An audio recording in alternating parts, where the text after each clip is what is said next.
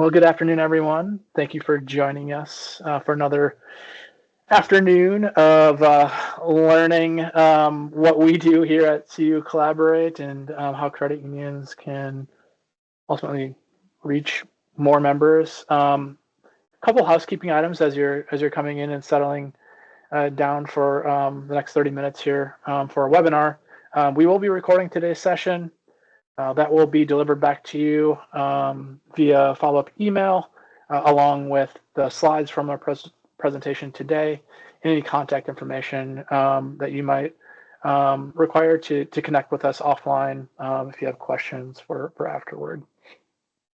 We're going to give folks just another minute here to join, and then we'll get started with our session.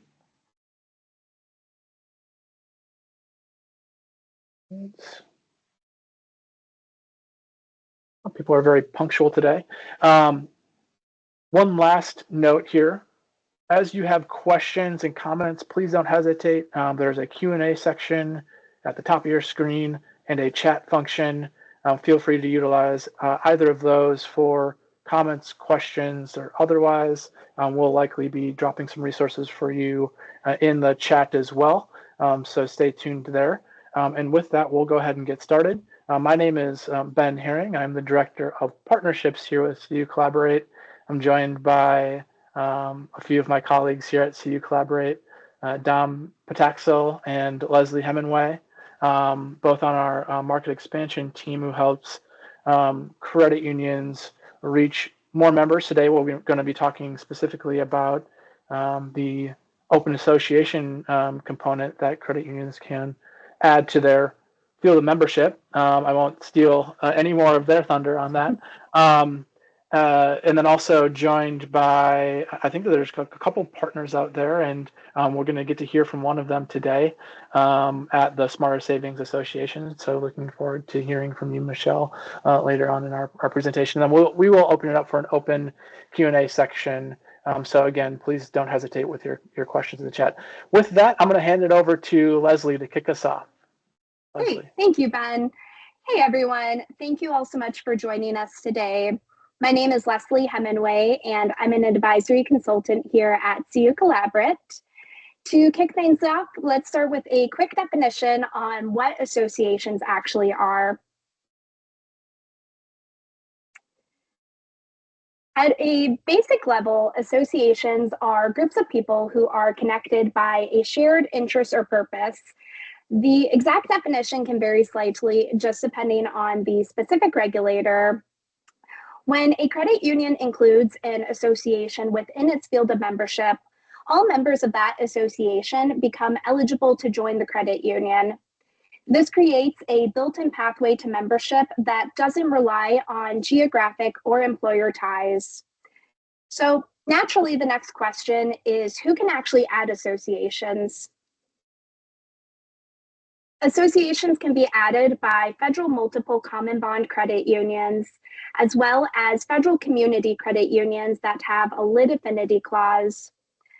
For state chartered credit unions, the ability to add an association varies depending on the state regulator.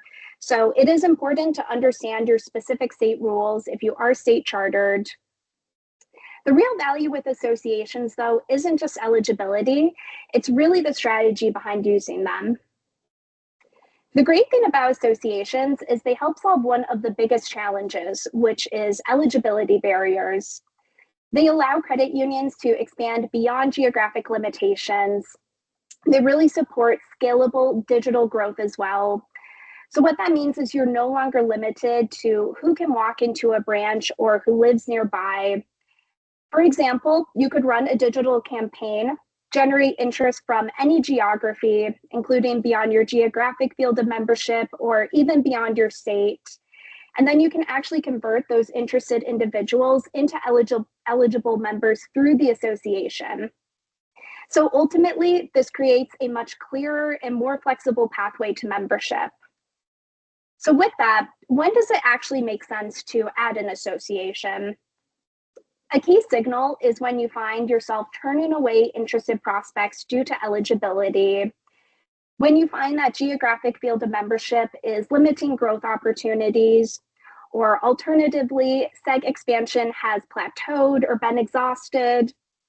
And finally, when marketing is generating interest, but those leads don't qualify, all of those are strong indicators that an association can work well for your credit union. So with that, let's see how it plays out in the real world. I'll pass it over to Dom, who will go over some examples of success stories with using associations. Thanks, Leslie. We see credit unions using associational expansion really in a number of ways to fortify strategic growth initiatives. And we listed out a few of the most common examples that we've seen credit unions pursue. The first and most common use of an association is really when a credit union serves a sub-county geographic rule. And in this particular example, I'm thinking about federal multiple common bond credit unions that serve underserved areas. Underserved areas, by virtue of some of the requirements underlying them, are often drawn using census tracts, which are a sub-county component as opposed to full counties. Now, you and I can both appreciate that it's much easier to talk about counties than it is to talk about census tracts or some unit smaller than that. The anecdote I love to share is that I work with census tracts every day of my life, and I couldn't tell you what census tract I live in. So oftentimes we see credit unions using associations to fill out part of that county. So whether it is there are pockets that the credit union is unable to serve, whether it's an underserved area or some other sub-county geographic rule, we really find that associations can be a stopgap such that you can fill out more of a geography and ensure that there's a little more continuity as far as eligibility is concerned. We also see credit unions using associations to augment inorganic growth opportunities. One example of which a credit union that we supported actually converted from a community to multiple common bond charter. They added underserved areas in the primary service facility markets of a bank that they were applying to acquire. However, the bank had customers not just in those markets where their service facilities were, but across the country. Now, the NCUA is really quite clear as far as what compatibility is required, particularly I'm thinking in mergers of credit unions. But in this case, they were amenable to the credit union using an association to extend eligibility to, say, someone who lived outside of one of those underserved area markets. Again, this really supported the credit union actually effectuating that transaction and acquiring the bank, and it could work very similarly on the merger side.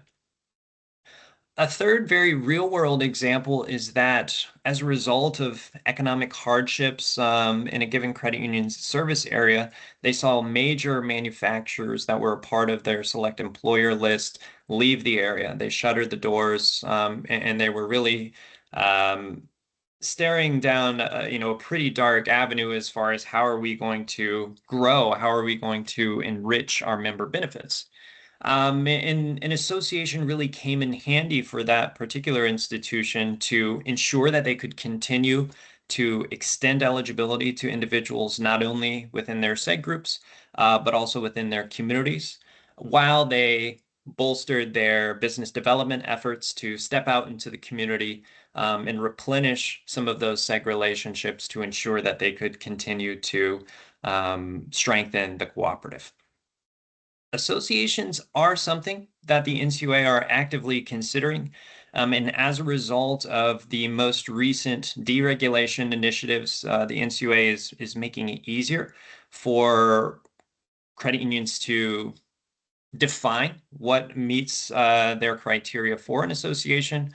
There is a public comment period open pertaining to this particular bit of regulation as it pertains to how someone could join a credit union by virtue of association. All of this is really to say that the NCUA is aware of this advanced flexibility, and in the name of bolstering credit union opportunity, seek to promote, in our understanding of this initiative at least, to promote the idea that credit unions operationalize this pathway to strengthen the movement as a whole. I'll switch gears for a moment to talk a little bit about some of the associational partners that CU Collaborate works with. We're very fortunate to have some of the best partners that are out there, really by virtue of the work that they do, as well as the precedent that they have for approval. One of those groups is the Tri-Unity Foundation, based in Minnesota, really a wonderful group that seeks to support credit union members and individuals in credit union communities who are facing terminal illness and perhaps elevated healthcare service costs. And so what this group does is they partner with credit unions to alleviate some of that financial distress, really in service of giving back to communities through a healthcare lens. We also work with the Community Impact Fund, which is a group based in Colorado. Their pursuit is really to ensure that those who are a part of the ALICE community, those who are asset limited, income constrained, and employed, can reach greater financial stability. One of the ways that they do that is by virtue of their Impact Loan Fund, which offers no and low interest loans to community members, again, really in service of ensuring that they can find financial stability. And last but not least, we are super proud to be joined by Michelle of the Smarter Savings Association. She is going to talk about the wonderful things that she does within the realm of financial education. And so with that, Michelle, I will pass the mic along to you. Thanks, Dom. Hi, everybody. Again, I'm Michelle. I'm the Executive Director of Smarter Savings Association, and happy to be here today to talk a little bit more about what we do and also how we partner with credit unions. We really view our work at the intersection of financial education and also the credit union movement. And so our mission, which you can see on the screen, is to give people clear education and easy to use tools so they can make confident money choices and ultimately build lasting savings. Our website is here on the screen. I know we'll be dropping that into the chat as well. So with that mission in mind, I'd love to talk a little bit more about some of the work that we're doing with credit unions and the resources we offer. So next slide, Dom. Thanks. So I'll highlight some of our specific kind of unique values, but just want to lead with kind of our commitment to relationship building and partnerships. So ultimately, our goal is to build long-lasting partnerships, whether that's with schools, community-based organizations, or credit unions. And we really want to build those partnerships in a way that works for you and works for your members. So 5 things I'll run through very quickly. The first is our offerings around mission-aligned member growth. So I think you've heard great things about the partners that CU Collaborate has, and we believe really strongly in our mission as well around financial education and the shared values that we have with credit unions around building economic well-being, being community-centered, partnership-focused, and ultimately really expanding access. As Dom mentioned as well, we have proven field of membership success, and so documented compliance with the totality of the circumstances test.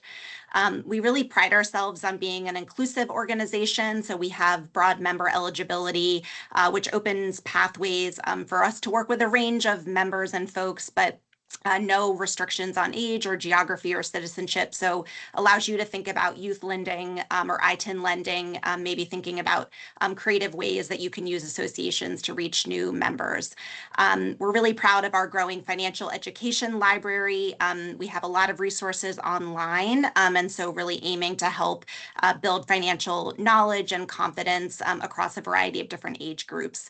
And then finally, we have an operations portal that is fully set up and ready to go for our credit union partners. And so everything you would need to get started working with us quickly to build and scale a partnership. So I'd love to chat with anybody that's interested in partnering with us or learning more about us. I'll drop my email into the chat, or you can visit our website, and I will turn it back to Dom. Thank you.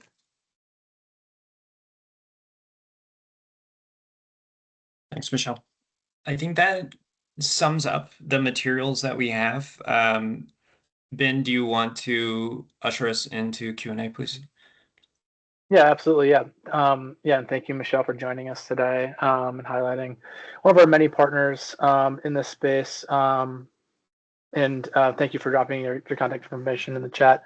Feel free to reach out to her directly if you have more questions about Smarter Savings Association, or reach out to us if you have questions about Tri-Unity Foundation or the Community Impact Fund. I don't have any questions coming through the chat quite yet, but I do have like two main questions that I always get from credit unions who are thinking about this as a pathway to reducing the friction around eligibility.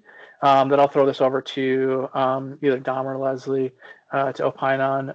But how hard is it? Like how long does the application process take to add an open association? And then how do I pick? Like, are there things that I need to be taking into consideration when it comes to the association that I might be looking to add to, or associations that I might be adding to my charter? I can start. I mean, would ahead, love Dom. to, yeah, would love to have Leslie touch on, in particular, some of the aspects of how long it takes to acquire an association. I'll focus primarily on the selection piece, which is that we always promote the selection of associations that align with your MO, what you stand for as a credit union. And so, one of the virtues of working with you, Collaborate, and selecting an association is ideally we know you pretty well and we know our associational partners, and we can make recommendations really to fit lock and key as far as how that might look.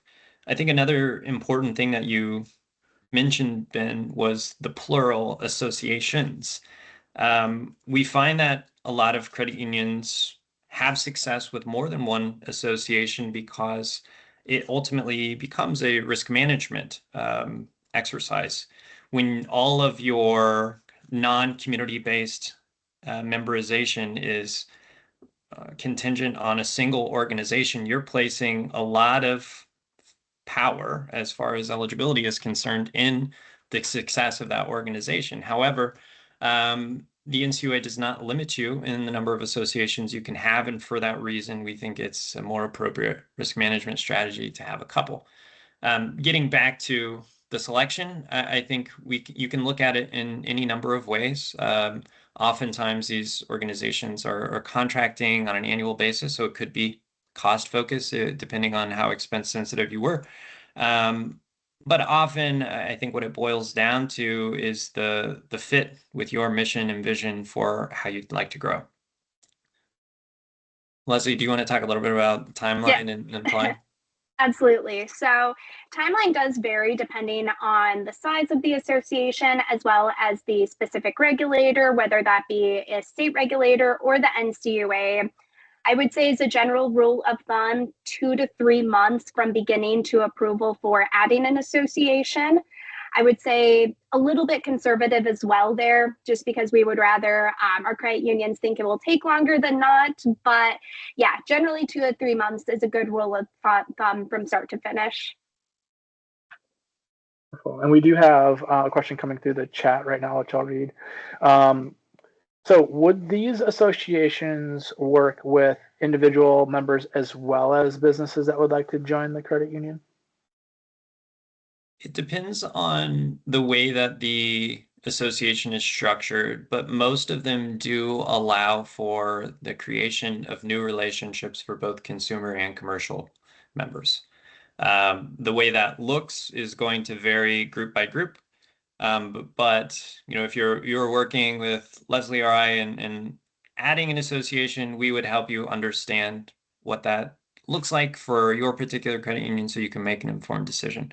But most often you're able to add both membership classes, if you will. And I have another question coming through offline. I just had it here. So now you've added an open association. What's next? How do you leverage that? Like, can you give us some examples of how you leverage an open association to actually do the thing that you're hoping to do, which is add new members, grow new members? I'm kind of reading this this question a different way would be, now I have an open association, now I want to get the members in. How do I approach that effort? So I just don't have another thing added onto my charter. It's a very important question, but we think the addition of an association really should renovate the way that you consider the member acquisition process as a whole. What we think is that in most instances, when you have an association, it allows you to be quieter about your field of membership. You can be more inviting of applications, knowing that, assuming you have a broad toolkit of field of membership rules, you likely have a pathway to make someone a member. So your challenge as a leader at the credit union now becomes, how do I get that applicant to success, that success step of yes, you meet our eligibility criteria as efficiently as possible. We quickly get into the design of membership applications and that whole workflow. But I think it starts with actually quieting on how you talk about field of membership and being more inclusive as a whole to begin with.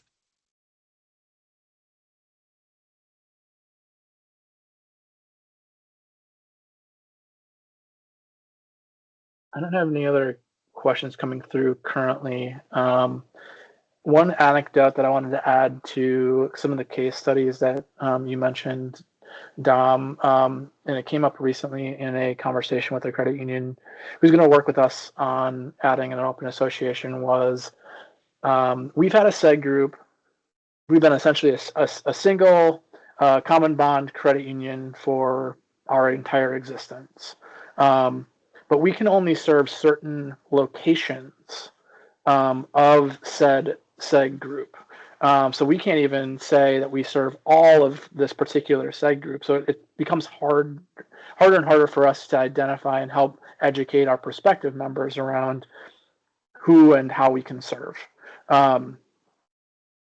Their concern was not only easing up eligibility, but how can we speak to that ability to now bring in essentially anyone. And to your point, Dom, they're able to dial down, hey, we can serve XYZ offices at this particular business in these locations, and can just simply say, we can serve you now.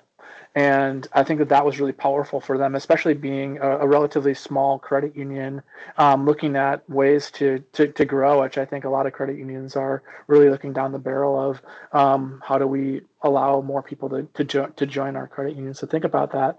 And I think the moral of that story to me felt like, let's not allow our exclusivity to be a barrier to growth or to joining new members, but also we have a story and an identity, and let's not also allow it to necessarily strip us of our identity as well. We can actually more so lean into our identity and tell our story better and more clearly without it being a description of how you are eligible at the credit union. So I don't have any other questions or comments coming through the chat. One last thing, we do have a regular slate of webinars throughout the year. Our next webinar is coming up with some partners that we're going to pull on in May at Wade and also known as Wade Group. We're going to be talking about deepening the share of wallet with existing members, and we're actually going to go through strategies, insights, and kind of like the how-to around this to instruct credit unions of what do I do, what can I do at my credit union today, and what might I consider on to the future as it pertains to all the things that I'm already able to and already have set up, able to do and have set up. So join us for that. It's on Thursday, May 21st at 3 p.m. Eastern Time. And thank you so much for joining us. Appreciate your time today. We'll have follow-up items in your inbox in the next 24 hours. So thanks, everyone. Thank you. Thank you all.